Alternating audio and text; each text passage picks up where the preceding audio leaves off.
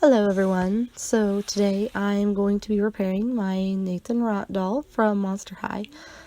His leg unfortunately had a bit of a snap, so I am going to be using 100% pure acetone to repair it. Now I have a little bit of a cap right here, and I'm going to use that to melt the plastic slightly. Be careful for fumes of course, but I'm going to use it to melt the plastic just slightly before I carefully slide it back into place. Now, just be careful how much pressure that you use because it is melting, like legitimately melting, and if you use too much pressure, you're going to lose too much of the doll itself. And I'm moving the joint slightly to be careful because I don't want it to clog up the joint, which is where it broke.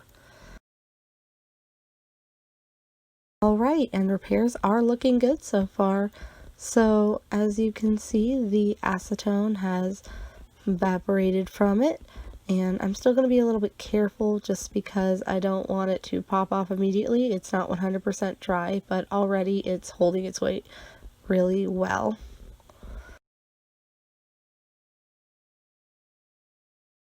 Alright, thank you so much for watching.